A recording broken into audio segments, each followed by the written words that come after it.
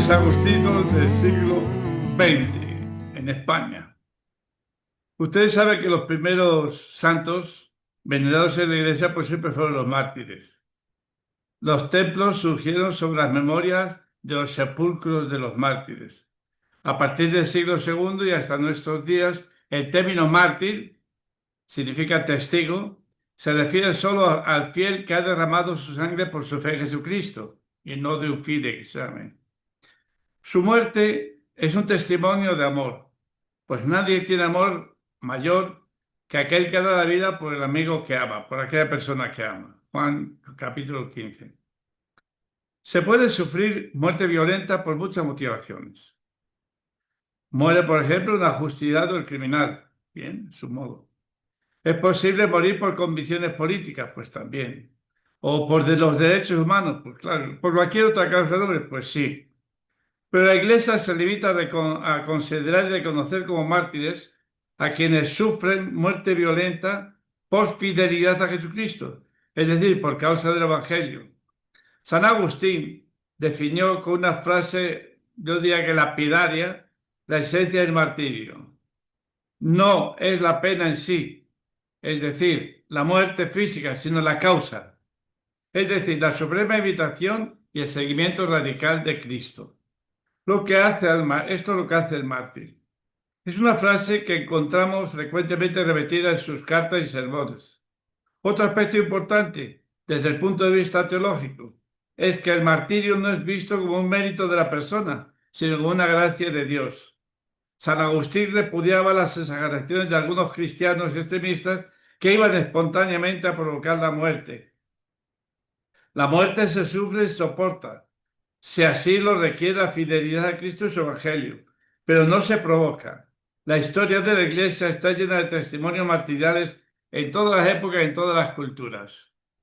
Todos recordamos las sufridas bajo el Imperio Romano entre Nerón y Diocleciano, nada menos que desde el año 64 hasta el 313.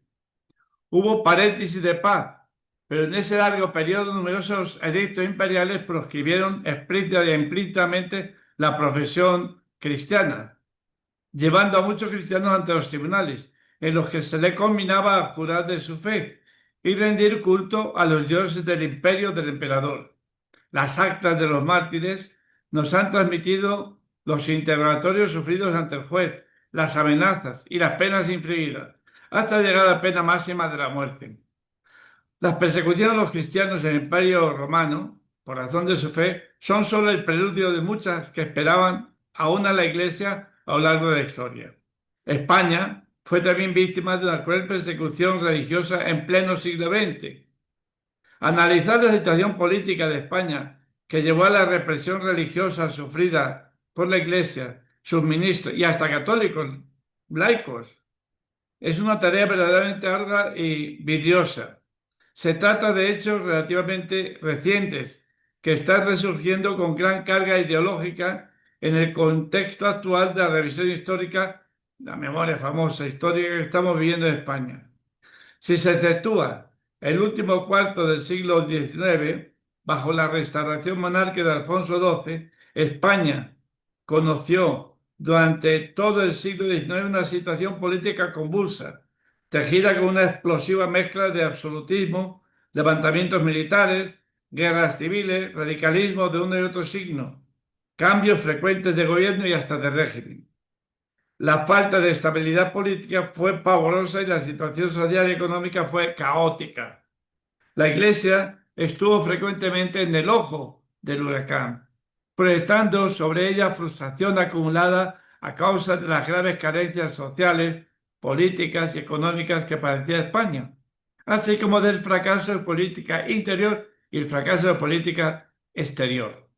El error grave fue convertir el anticlericalismo en bandera política a principios del siglo XX, de la mano de uno de los partidos puntuales de la Restauración. De este modo creció en algunos sectores la conciencia de que el progreso del país pasaba por la eliminación de la Iglesia, su culto y sus representantes. Era la conclusión de un anticlericalismo primero ideológico, pero después violento y callejero. Un anticlericalismo que fue agrareándose y se fue progresivamente agitándose y acabó teniendo consecuencias tremendas, trágicas. Alejandro Ros, que llegará a ser jefe de gobierno en varios gabinetes de la Segunda República, decía con lenguaje incendiario en 1906. Fíjense, estos días sus jóvenes bárbaros, es impresionante. Luchad, hermosa legión de rebeldes, por los santos destinos, por los nobles destinos de la gran raza, de un gran pueblo que perece y de una gran patria que se hunde. Jóvenes bárbaros de hoy, entrad al saco en la civilización decadente y miserable de este país sin ventura, destruid sus templos, acabad con sus dioses, alzad el velo de las novicias y elevadla a la categoría de madres para habilitar la especie. Penetrad en los registros de propiedad, haced hogueras con sus papeles para que el fuego purifique la infame organización social. Entrad en los hogares humildes y levantad legiones de proletarios para que el mundo temible tiemble ante los jueces despiertos. Seguid, seguid, no os detengáis ni ante los sepulcros, ni ante los altares. No hay nada sagrado en la tierra más que la tierra y vosotros, que la fecundaréis con vuestra ciencia, con vuestro trabajo, con vuestros amores. El pueblo es esclavo de la iglesia, vive triste, ignorante, hambriento, resignado, cobarde, embrutecido por el dogma y encadenado por el temor al infierno. Hay que destruir la iglesia.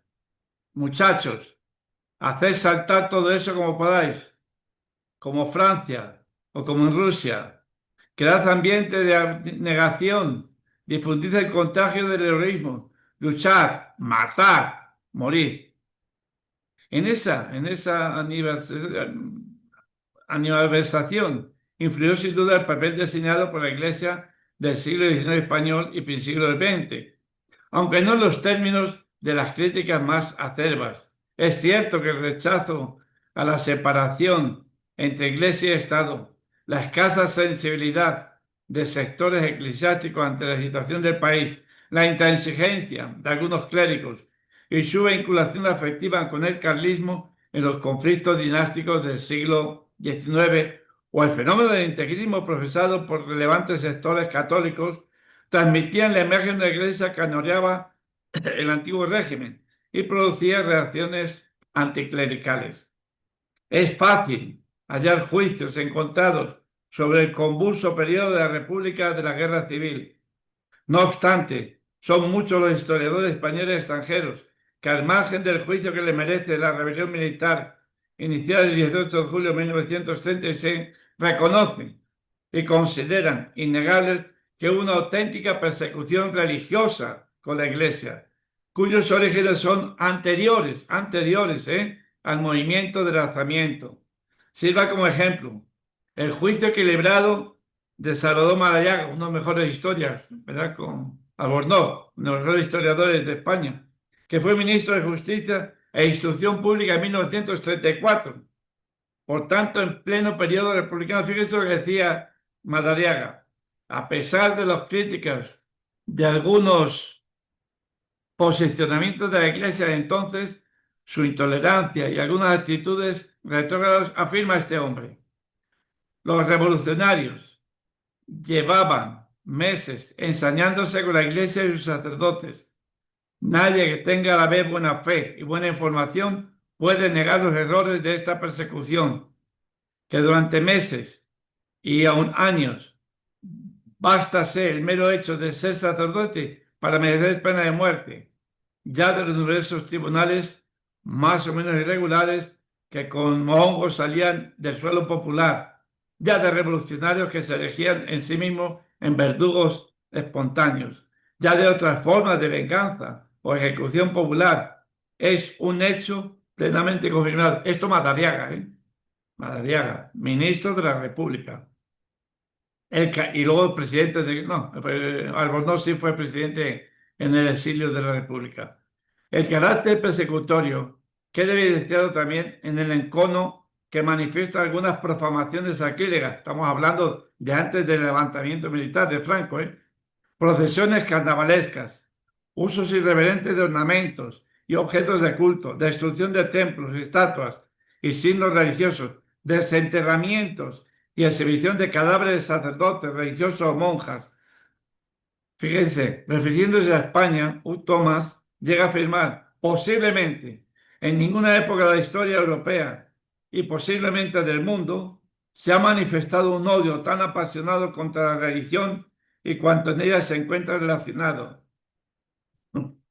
Frente al testimonio abrumador de muchos historiadores, otros pues han querido justificar de algún modo los excesos por implicaciones de la Iglesia con el régimen monárquico. De este modo, la persecución sería simplemente represión política ejercida sobre quienes presuntamente apoyaban la revolución militar. Frecuentemente se equipara en la historiografía reciente guerra civil, persecución religiosa. O sea, guerra civil, persecución religiosa. No es cierto eso. Poniendo en relación directa y una a otra, como si la persecución se hubiera producido solo al comienzo de la guerra.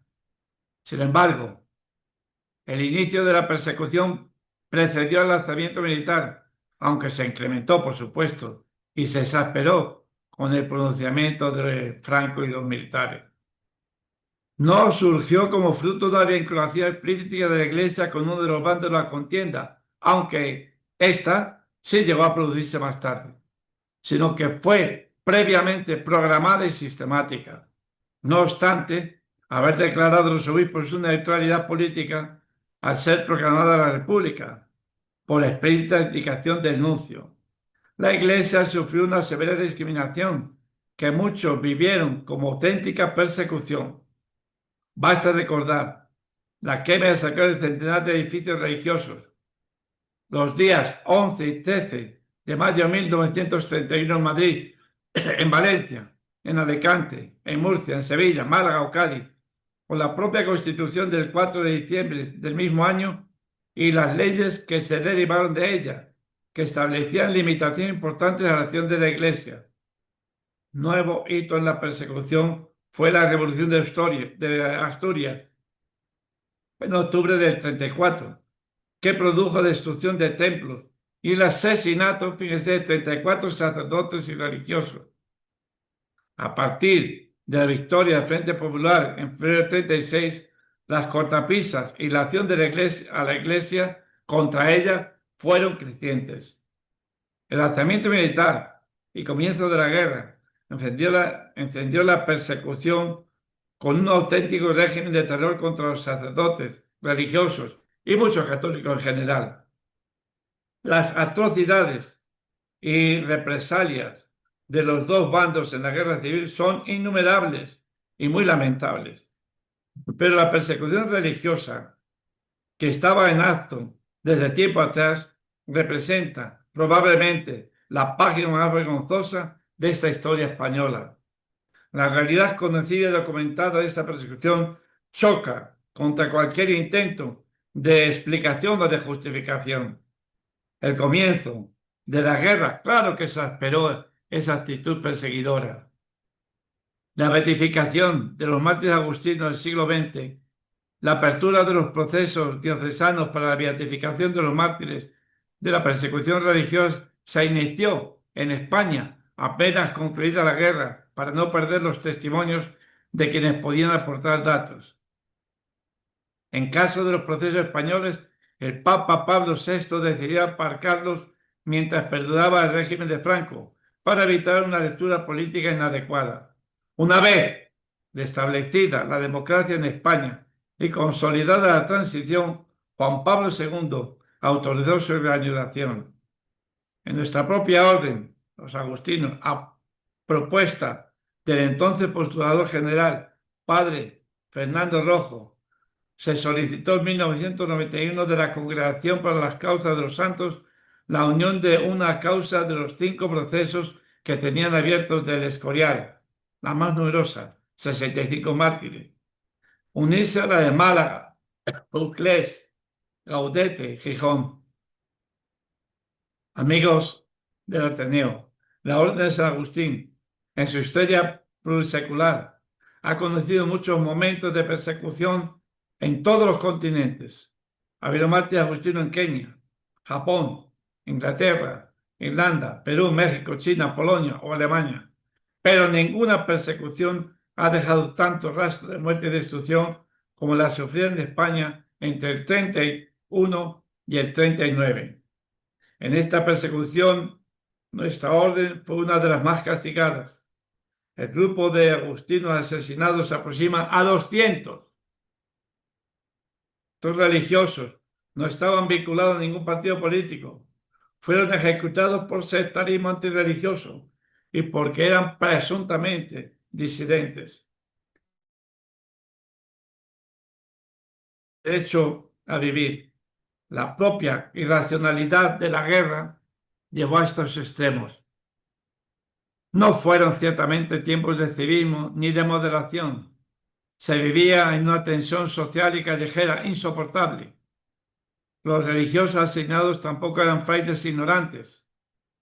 Además de la formación eclesiástica, muchos de ellos tenían títulos civiles logrados en universidades españolas y europeas. Fíjense, gozaban incluso del reconocimiento público, como lo demuestra el hecho de que uno de los religiosos asesinados fuera académico del número de Academia de Historia, Julián Zarco, primer bibliotecario de la Biblioteca del Escorial, y otros 4 académicos correspondientes de la misma academia, Melchor Martínez, Antuña, Mariano Revilla Rico, Elogio Martínez Peña y Arturo García de la Fuente. Estos tampoco eran personas integristas en su planteamiento religioso, pues nuestra orden de San Agustín se había caracterizado por una postura más abierta, dentro de las limitaciones culturales y eclesiales del momento. Da idea de la magnitud de la tragedia, del hecho de que figura entre los asesinados 17 jóvenes agustinos, menores de 21 años, algunos de ellos con solo 17 y 18 años, llegados al monasterio apenas niños, desde sus ambientes rurales de origen, que vivían en un mundo de oración y estudio y no tenían actividad política ninguna. El grupo de agustinos, beatificado en 2007, está encabezado por el padre Abelino Rodríguez, que era la razón prior provincial. Ante la oferta de un médico primo suyo de abandonar la cárcel, le manifestó: no te canses, Carlos, yo abandonaré la cárcel cuando salga el último de mis súbditos. Siguió con ellos el consejo de San Agustín, al obispo Honorato. Cuando el peligro es común para todos, esto es, para obispos, clérigos y laicos, los que tienen necesidad de los otros no deben ser abandonados por aquellos de quienes tienen necesidad. Amigos del Ateneo, los mártires agustinos dieron testimonio de fortaleza, reconciliación y perdón, y eso es lo que destaca en la causa de beatificación. La Iglesia no hace juicios políticos sobre el régimen que perpetró esos asesinatos, ni busca culpables, sino que se centra en conocer cómo vivieron subjetivamente los candidatos su persecución y su muerte. Amigos, superando toda polémica, conviene destacar en este momento que las visiones históricas contrastantes no pueden empañar la validez del testimonio personal. Hay un patrimonio espiritual irrenunciable en la coherencia de estos hermanos que sufrieron persecución por Cristo y aceptaron sus consecuencias, asumiendo incluso la muerte, sin odio y, fijaros bien, perdonando. El reconocimiento del martirio llegó después de 21 años de reanudar la causa. La invitación a recordarlo para enriquecernos con su potencial espiritual, superando todo partidismo, sigue siendo válida en nuestros días para los religiosos agustinos que hemos continuado su obra y también para todos los hombres y mujeres de buena voluntad que puedan valorar su ejemplo. Se trata, amigos, de recuperar un testimonio que manifiesta a las generaciones presentes y futuras que hubo un tiempo en que hombres frágiles y seguramente mediocres, como nosotros, puestos a prueba, fueron capaces de dar testimonio fehaciente de que eran creyentes, seguidores de Cristo. Son signos de amor, estos hombres son signos de perdón y son signos de paz. Este es un aspecto de la persecución a nivel como histórico y muy objetiva. Pero hay otros, yo diría más interesantes casi, pues son más, como más vivos, que son, por ejemplo, una especie de reflexión que se hizo aquí en el monasterio en base a lo que el padre Modesto, que ha escrito muchos libros sobre la persecución y los mártires agustinos, ¿eh?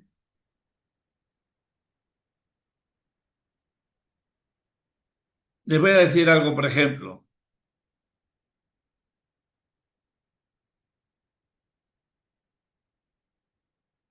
Hay personas interesantísimas. El beato Julián Zarco Cuevas, mártir, que era de la Real Academia de la Historia. Luego, si da tiempo, pues podemos hablar de él.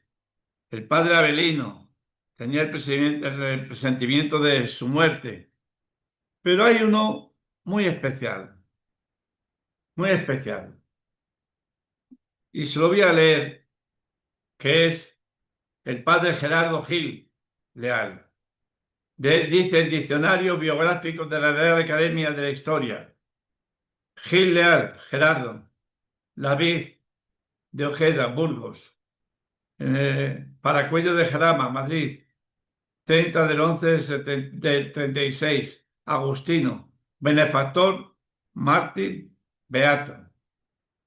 Nació en un pueblo burgalés de la Vid, junto al antiguo monasterio de Santa María.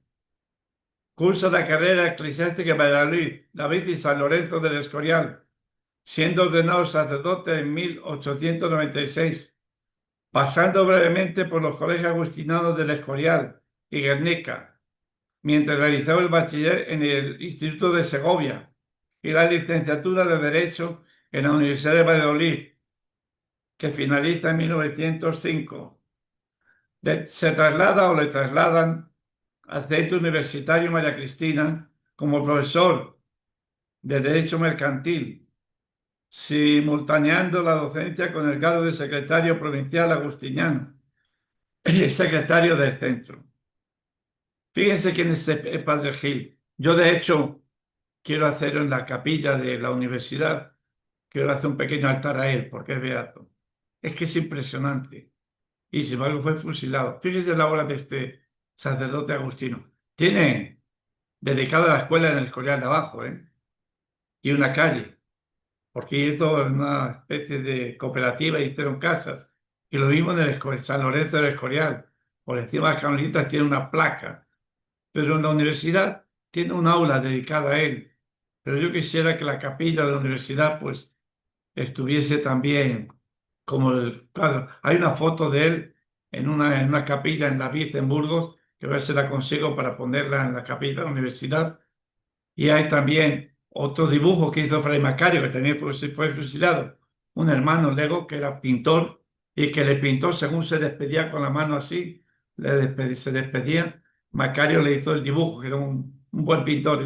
Tiene algunos cuadros aquí en el monasterio. Bueno, movido, Gerardo Gil, por sus convicciones religiosas, desarrolló y promovió una importante obra social en la clase obrera y necesitada de San Lorenzo del Escorial por medio de las escuelas dominicales para jóvenes obreras y muchachas de servicio doméstico en el Colegio de las Carmelitas de las Vedrunas, donde era capellán, y de una biblioteca ambulante que fundó.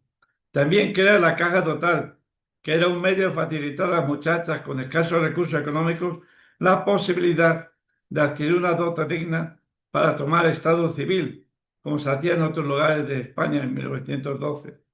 Reunió todas las costureras del Sindicato de Trabajadores de la Aguja, modistas, sastras, bordadoras, encajadoras, con el fin de mejorar la formación y las condiciones económicas y sociales de su actividad laboral.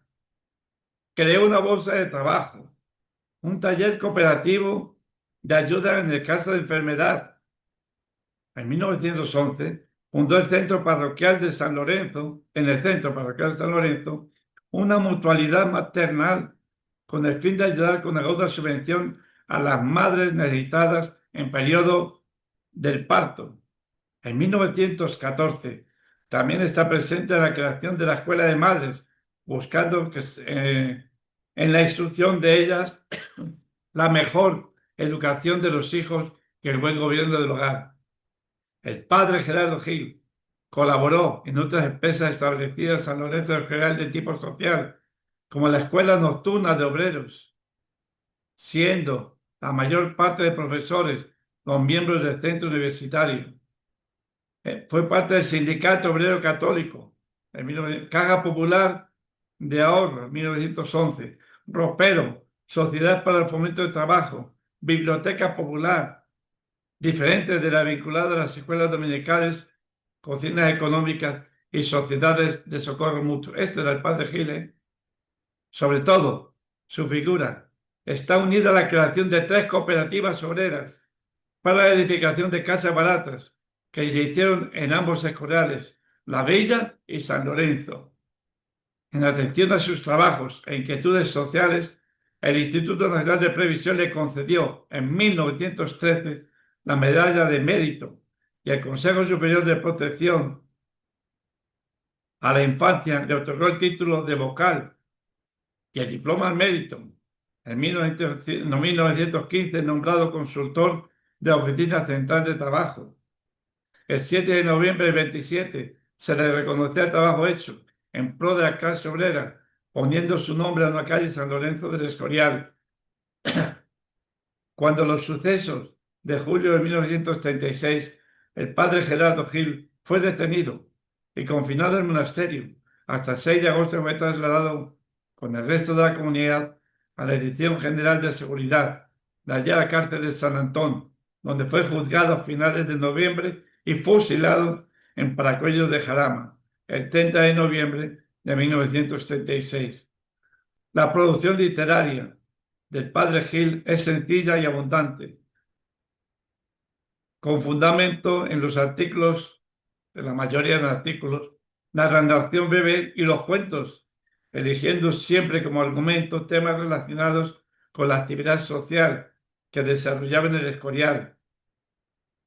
Trataba de inculcar valores morales a las personas, la infancia, la mujer y la pobreza, publicadas fundamentalmente en revistas y diarios populares de carácter social como El Buen Consejo, El Eco del Pueblo, Por la Infancia, Revistas Sociales, El Independiente.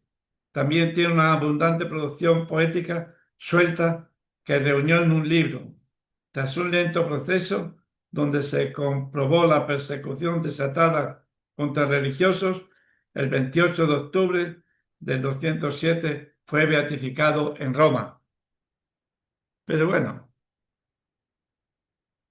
este es uno, que está el padre Avelino, que ya les digo, el padre Zarco, que era padre Zarco, el padre Paulino Lobato, actualmente uno de los bibliotecarios de la Biblioteca Real, que está como buscando todas las cartas. Le escribían cartas de todo el mundo, valorando la labor que él hacía la biblioteca del Monasterio del Escorial, como un bibliotecario único. Y tiene todas esas cartas para publicarlas, que le escribían en todos sitios.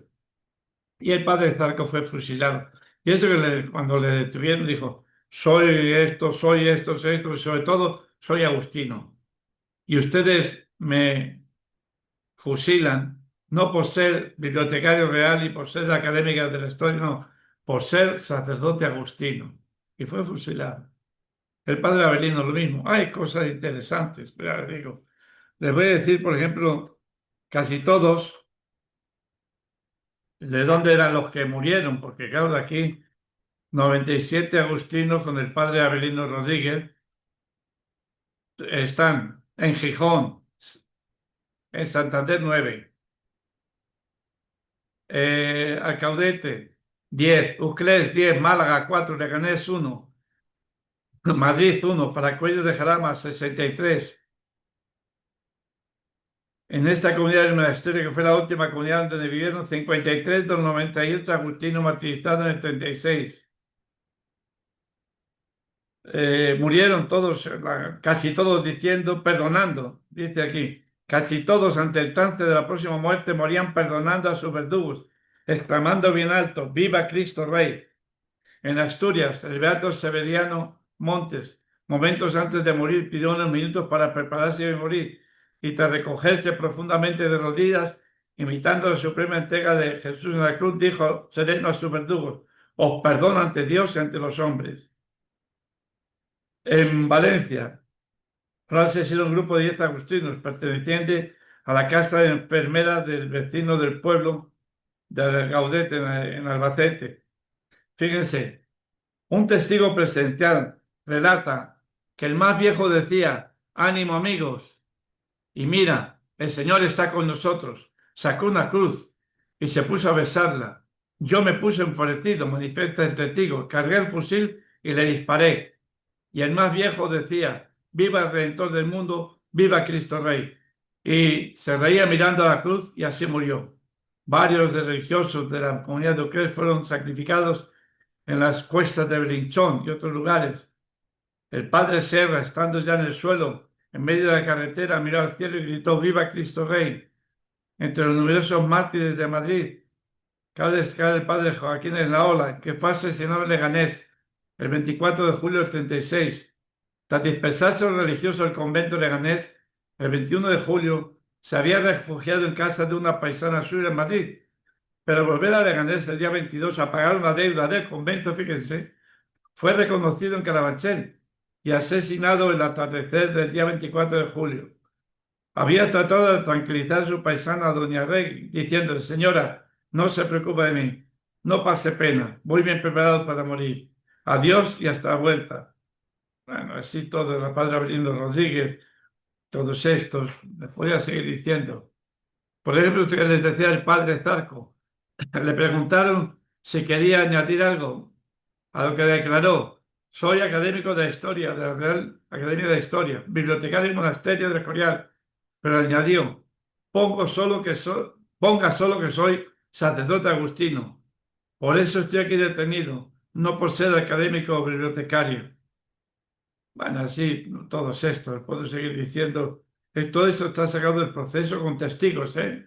Todo, en Antón, golpeándolos. Fíjense a los jóvenes. A los más jóvenes los encerraban, esto es la cárcel de San Antón, les encerraban en una habitación, combinándolos a una y otra vez a que repitiesen las blasfemias que ellos preferían, golpeándolos los dedos de los pies con la culata del fusil y colocándoles la pistola en el pecho. Los jóvenes jamás claudicaron. En las 2 últimas semanas de noviembre se formaron tribunales en la prisión, fueron juzgados agustinos y otros presos. Salieron por distintas sendas y paracuellos en general. Bien, ese intento del padre Avelino pidió al responsable de la expedición que le autorizase a despedirse de sus compañeros. Soltándole las cuerdas le permitieron abrazar a todos, uno a uno. Y él da a cada uno una bendición, que sin duda alguna debió ser la absolución. Esto lo decía el testigo. Una vez que terminó de abrazar y bendecir a todos y cada uno, se dirigió a sus verdugos y les dijo, sabemos que nos matáis por ser católicos y religiosos. Os perdonamos de todo corazón. ¡Viva Cristo Rey!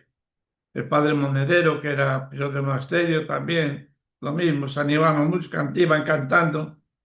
La tierra del campo de Paracuellos quedó regada y santificada con la sangre de 63 agustinos, de los cuales 53 eran de este monasterio donde vivo yo, y de otros religiosos, sacerdotes, y muchos cristianos, en concreto Muñoz Seca, tiene unas cartas preciosas, Muñoz Seca, que escribía a su familia, que sabía que lo iban a fusilar.